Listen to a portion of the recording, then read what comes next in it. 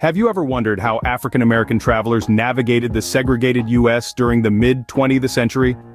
Picture a time when the land of the free was not so free for everyone.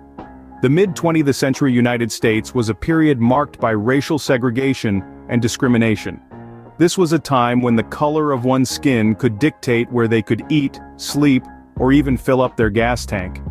The reality for black travelers was fraught with challenges and dangers. The open road, synonymous with freedom and adventure, was a minefield of potential hazards for them. Imagine driving for hours on end, with no guarantee of a safe place to rest or even a meal at the end of your journey. Imagine the constant threat of racial violence looming over you, making a simple road trip a perilous endeavor. The mundane aspects of travel that many take for granted were fraught with risk for African American travelers. Finding a welcoming restaurant to grab a bite, a gas station to refuel, or a hotel to spend the night was not a simple task. It was an intricate dance of survival, requiring careful planning, constant vigilance, and sometimes a leap of faith. This was an era when whites-only signs were a common sight, when the color line was drawn not just metaphorically but literally, in the form of segregation laws and racist practices. It was a time when the Jim Crow laws were in full force, enforcing racial segregation and making life exceptionally difficult for African Americans.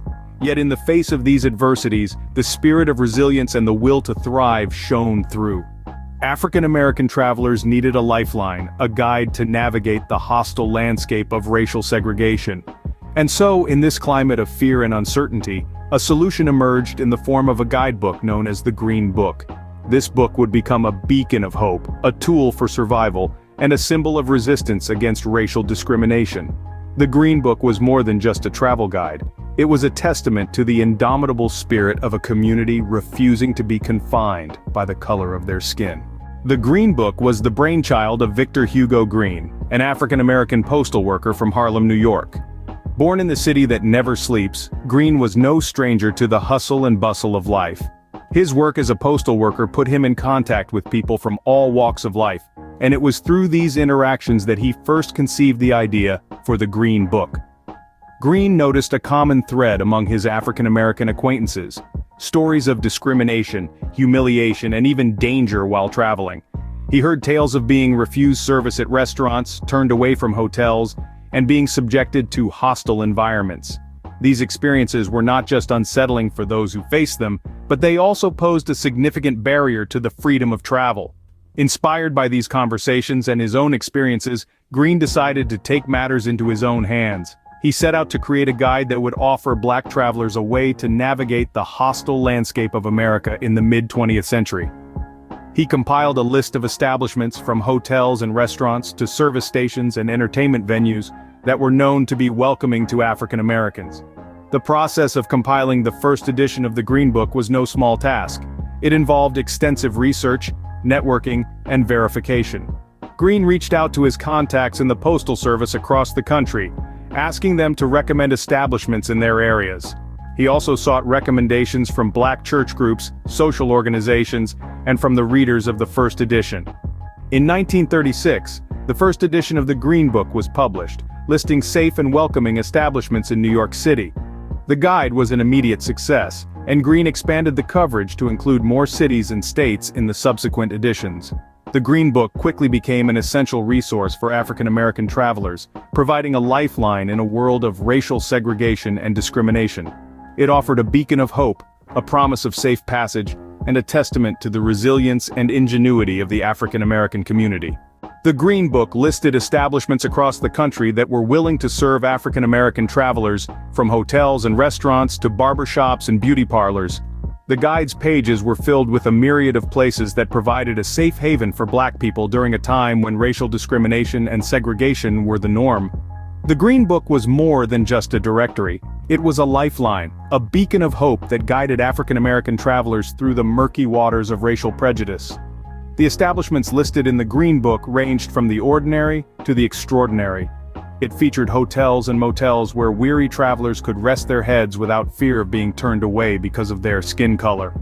There were restaurants where black patrons could dine without the worry of being refused service. But the Green Book also listed less obvious establishments. There were barber shops and beauty parlors where African Americans could receive the same services as their white counterparts. Service stations were included, where black motorists could fill their tanks and get their vehicles serviced without facing racial discrimination.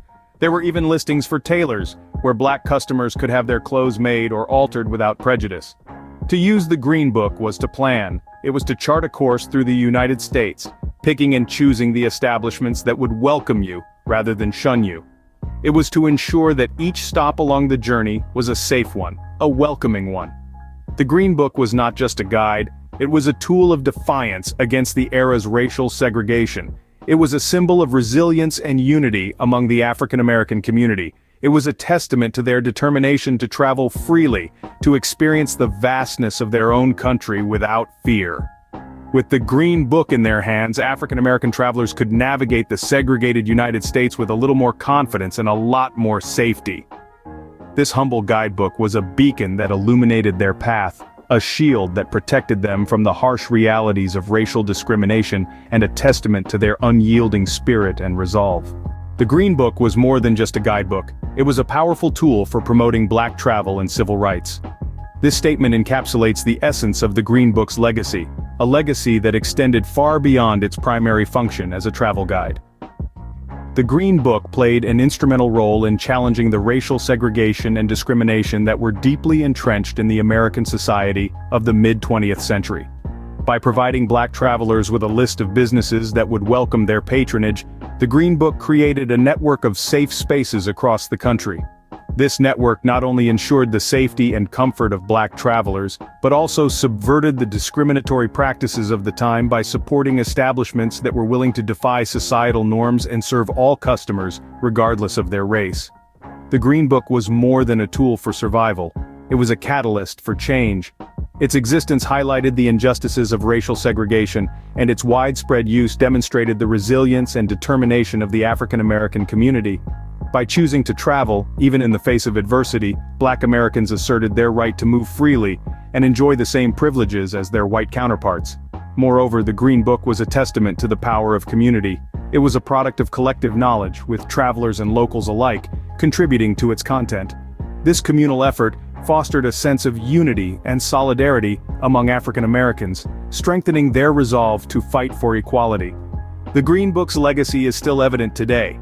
It continues to inspire and inform us, reminding us of the struggles faced by previous generations and the progress that has been made since then. It serves as a powerful symbol of resistance and resilience, a testament to the strength of the African American community in the face of adversity. Despite the challenges they faced, African American travelers were able to explore the United States with the help of the Green Book, leaving a lasting legacy that continues to inspire and inform us today. The Green Book ceased publication in 1966, but its impact can still be felt today. The cessation of this vital resource didn't happen in a vacuum. It was the product of a changing social and political landscape, spearheaded by the passage of a monumental piece of legislation, the Civil Rights Act of 1964.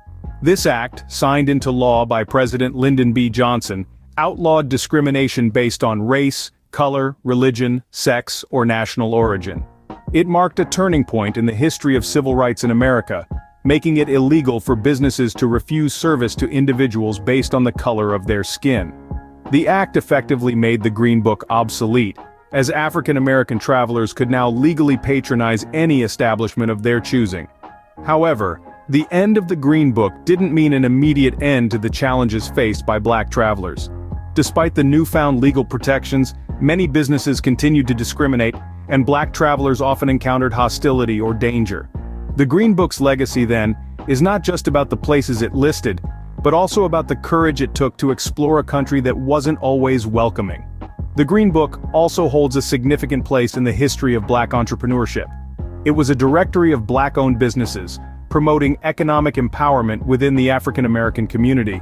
Many of the establishments listed in the Green Book were the heart of their communities, places where black culture and identity were celebrated. Reflecting on its significance, the Green Book stands as a testament to the resilience, courage, and endurance of African American travelers. It reminds us of a time when travel was not just a leisure activity, but a courageous act of defiance against a system of institutionalized racism. The Green Book may no longer be in print, but its story remains a powerful reminder of the strength and resilience of African American travelers in the face of adversity. So, if you haven't already, hit that subscribe button, drop a comment, and let's keep the conversation going. Until next time, stay awesome, stay curious, and keep exploring the world with us. Thank you for being amazing, and we can't wait to see you in our next video. Goodbye for now.